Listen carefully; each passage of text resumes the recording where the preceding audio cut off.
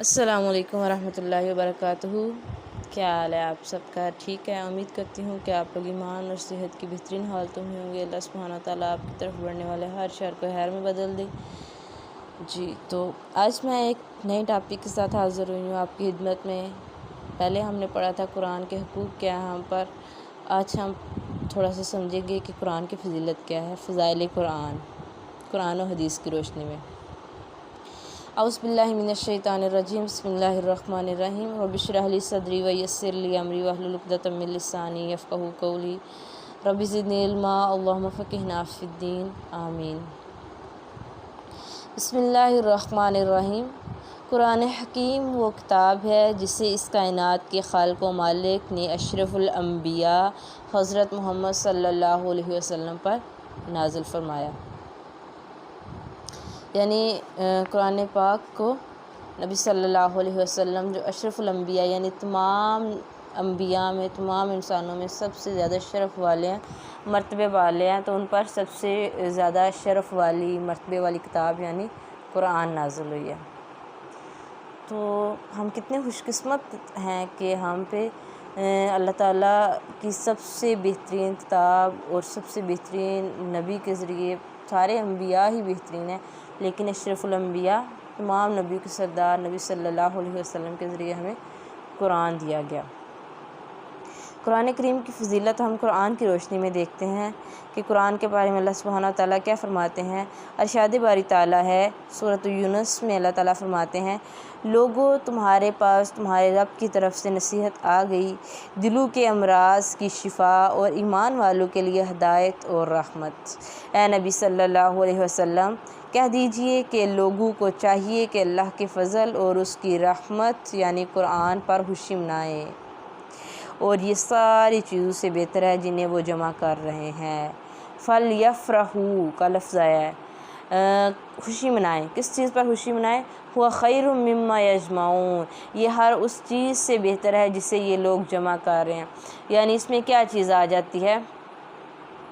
آپ کا گھر، ہمارا گھر، ہمارے کپڑے، ہمارے جوتے، کھانے پینے کی اشیاء، بزنس، کوئی بھی چیز جو بندہ جمع کر رہا ہے۔ کسی کو کچھ گڑیا وغیرہ جمع کرنے کا شوق ہوتا ہے، کسی کو سکے جمع کرنے کا شوق ہوتا ہے، ہابیز ہوتی ہے نا، مائی بیسٹ ہابی جس کو کہتے ہیں ہم لوگ۔ تو جو بھی چیز ہم جمع کر رہے ہیں، جس چیز کا بھی ہمارے اندر شوق ہے، ان سب چیزوں میں جو بہترین چیز ہے وہ کیا ہے؟ قرآن پاک۔ اور ہم خوشیاں مناتے ہیں، اولاد کے ہونے پہ خوشیاں مناتے ہیں، ہم نیا گھر بن جانے پہ خوشیاں مناتے ہیں، ہم لوگ کوئی بھی اچیومنٹ کر لیں، کوئی بھی کامیابی حاصل کر لیں، ہم اس پر خوشیاں مناتے ہیں۔ لیکن اللہ سبحانہ تعالیٰ کیا فرما رہے ہیں؟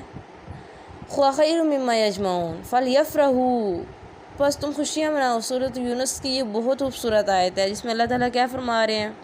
آیت نمبر 58 میں، بس تم خوشیاں مناؤ۔ کس چیز پر؟ قرآن کی نعمت کے مل جانے پر۔ قرآن ایک ایسی نعمت ہے جس کا کوئی نعم البدل نہیں ہے اس دنیا میں نہ آخرت میں، اور یہ اللہ تعالیٰ کی گواہی ہے، ہوا خیر مما یجمعون، یہ ہر اس چیز سے بہتر ہے جسے لوگ جمع کر رہے ہیں۔ تو اس آیت سے ہمیں کیا پتہ چلتا ہے؟ قرآن کی نعمت کے بارے میں پتہ چلتا ہے کہ ہم بڑے ہی خوش قسمت ہیں کہ ہمارے گھروں میں قرآن ہے، ہمیں قرآن پڑھنے کی توفیق ملتی ہے، تلاوت کرنے کی توفیق ملتی ہے، لیکن افسوس کی بات ہے کہ ہم اس کو سمجھنے سے قاصر ہیں۔ اس وجہ سے ہم اس نعمت پر خوشی نہیں منا سکتے۔ یقین کرے جب قرآن پڑھنے لگ جاتا ہے بندہ تو پھر بڑی ہی زندگی آسان ہو جاتی ہے۔ اس کے بعد ایک اور آیت میں اللہ تعالیٰ فرماتے ہیں سورۃ طٰہٰ آیت نمبر 123 میں، جو شخص میری ہدایت کی پیروی کرے گا وہ نہ دنیا میں گمراہ ہوگا اور نہ آخرت میں تکلیف میں پڑے گا۔ جی تو اس کا کیا مطلب ہے؟ اس کا مطلب یہ ہے کہ نہ وہ دنیا میں گمراہ ہوگا۔ گمراہ ہونے کا کیا مطلب ہے؟ اصل میں ہمیں ہم جو الفاظ پڑھتے ہیں نا، ہمیں ان کے میننگ بھی نہیں پتہ ہوتے۔ گمراہ ہونے کا مطلب یہ ہے کہ آپ دنیا میں جب بھی کوئی فیصلہ کریں گے تو آپ غلط فیصلہ نہیں کریں گے، آپ دین کے احکامات کے مطابق فیصلہ کر سکیں گے۔ مثلاً آپ نے گھر بنانا ہے تو آپ کا گھر صحیح بنے گا۔ اگر آپ نے بچے کا رشتہ کرنا ہے تو وہ بھی صحیح جگہ پہ ہوگا۔ کس طرح صحیح جگہ پہ ہوگا کہ اللہ تعالیٰ کی مدد ہوگی ہمارے ساتھ۔ کوئی بھی جاب، کوئی بزنس کرنا ہے، ہم نے کوئی اسٹڈی کرنی ہے تو ہم اس میں گمراہ نہیں ہوں گے، ہمارا راستہ گم نہیں ہوگا، ہم صحیح فیصلے کرتے جائیں گے۔ کب صحیح فیصلے کر سکیں گے؟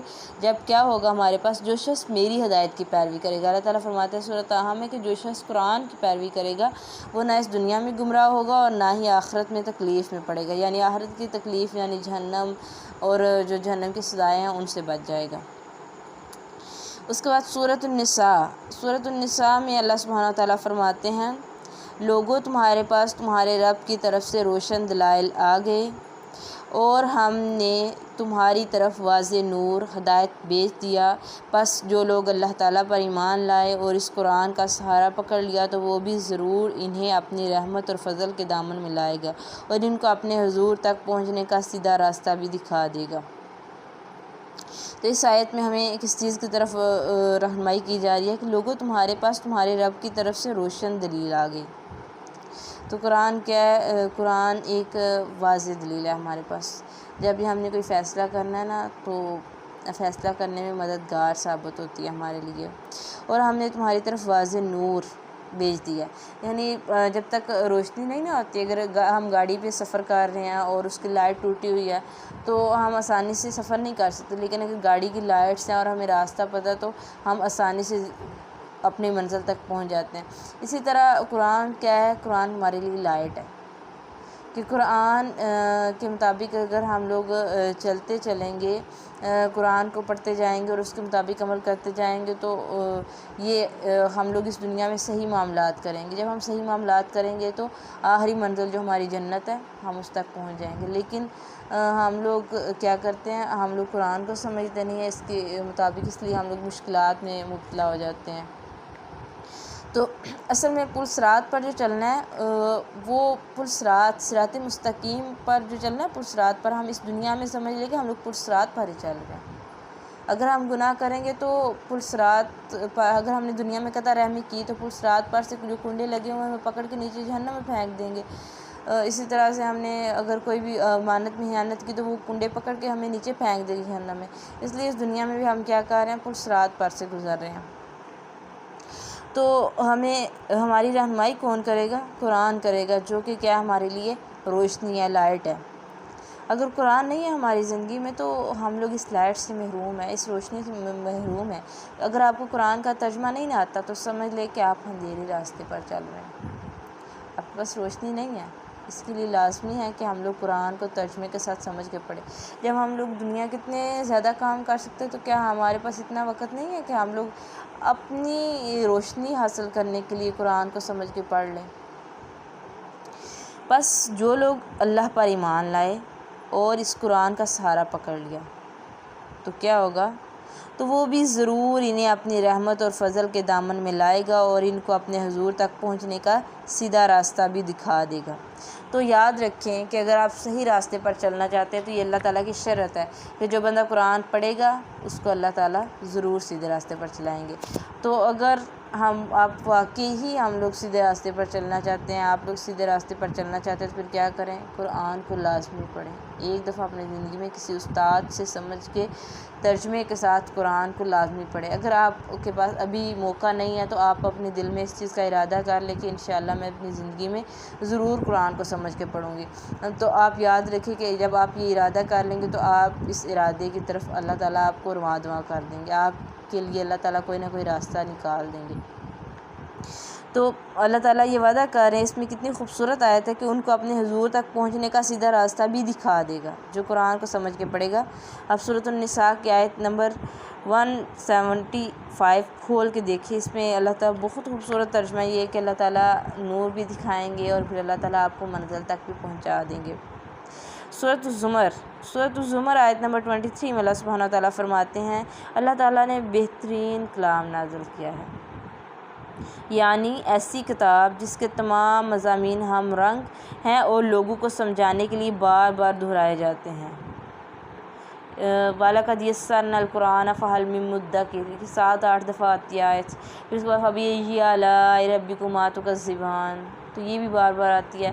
اسی طرح اللہ تعالیٰ بار بار نماز کے بارے میں حکم دیتے ہیں، اذکار کے بارے میں حکم دیتے ہیں، یعنی رپیٹ کر کر کے ایک دفعہ نہیں، 2 دفعہ نہیں۔ ہم لوگ کسی سے ایک دفعہ بات کرتے ہیں، دوسری دفعہ بات کرتے ہیں، وہ نہیں مانتا، ہم چھوڑ دیتے ہیں، لیکن اللہ تعالیٰ پورے قرآن میں بار بار ہمیں نماز کی طرف، قرآن کی طرف، دین کے مطابق ہدایت کو ماننے کی طرف تلقین کرتے ہیں۔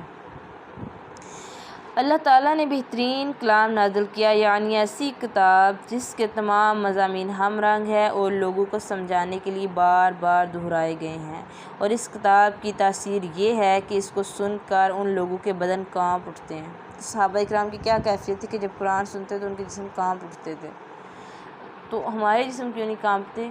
کیونکہ ہمیں اس کی سمجھ ہی نہیں، ہمیں اس کا ترجمہ ہی نہیں پتہ، تو ہم اندھے بہرے اور گونگے بن کے اس قرآن کو سنتے ہیں۔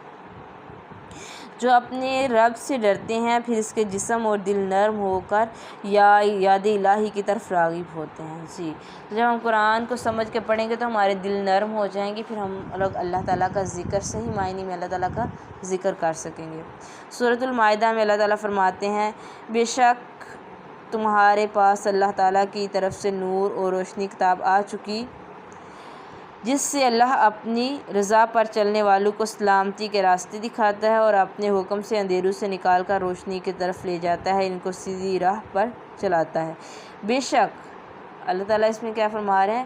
بے شک تمہارے رب کی طرف سے تمہارے پاس نور اور روشن کتاب آ چکی، یعنی قرآن آ چکا، جس سے اللہ اپنی رضا پر چلنے والوں کو سلامتی کے راستے دکھاتا ہے۔ یعنی جو اس قرآن کو اللہ تعالیٰ کی رضامندی حاصل کرنے کے لیے، اللہ تعالیٰ کو راضی کرنے کے لیے سمجھ کے پڑھیں گے، اس پر عمل کریں گے تو کیا ہوگا؟ اور اپنے حکم سے اندھیروں سے نکال کر روشنی کی طرف لے جاتا ہے اور ان کو سیدھی راہ پر چلاتا ہے۔ تو جب ہم قرآن کو اللہ تعالیٰ کی رضا کے لیے پڑھیں گے تو پھر کیا ہوگا؟ اللہ تعالیٰ ہمیں صحیح راستہ دکھائیں گے۔ تو یہ کچھ قرآن کی آیات تھی جو میں نے آپ کے سامنے بیان کی، تو امید کرتی ہوں کہ آپ کو یہ سمجھ آئی ہوں گی، اور اللہ تعالیٰ ہمیں سمجھنے اور عمل کرنے والا بنائے، اور اس میں جو بھی غلطی کوتاہی ہوئی ہے اللہ تعالیٰ اس کو معاف کرے اور ہمیں ہدایت کا راستہ دکھائے۔ وما علینا الا البلاغ۔ انشاءاللہ نیکسٹ ہم لوگ قرآن کو حدیث کی روشنی میں نیکسٹ ٹاپک پڑھیں گے۔